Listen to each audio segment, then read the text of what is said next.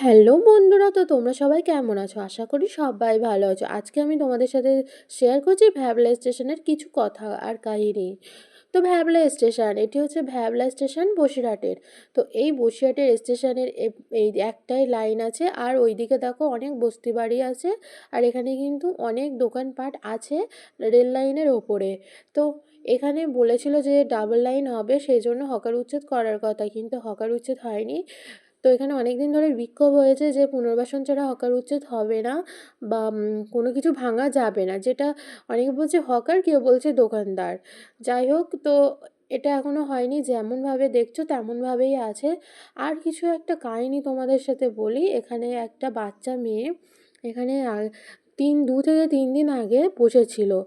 ওর মা বলেছে তুই এখানে বস, আমি আসছি। ওর ভাইকে নিয়ে ওর মা হয়তো খাবার কিনতে বা কিছু করতে গিয়েছিল। সেই সময় খুব নাকি বৃষ্টিও হচ্ছিল।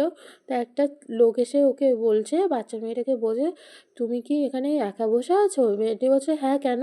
বলছে তুমি চলো আমার সাথে, আমি তোমাকে খাবার কিনে দেবো। তো বলছে কেন, আমি খাবার কিনতে যাব না। তো তারপরে মেয়েটি হয়তো কাউকে বলেছে যে আমাকে এরকমভাবে প্রলোভন দেখাচ্ছে যে খাবার কিনতে চলো, আমি তোমায় খাবার কিনে দেবো বলে আমাকে কিডন্যাপ করছিল।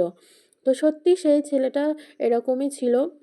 তো তাকে অনেকেই গণপিটুনি দিয়েছে। আর তারপরেও তোমরা জানো যে বারুইপুরে অনেক ঘটনা ঘটেছে, তো আমাদের বসিরহাটে কিন্তু অনেকজন ধরা পড়েছে। কি নাম যেন, তার নাম হচ্ছে কবির মোল্লা। তো সবাই একটু সাবধানে থেকো, বসিরহাটের মানুষকেও বলবো।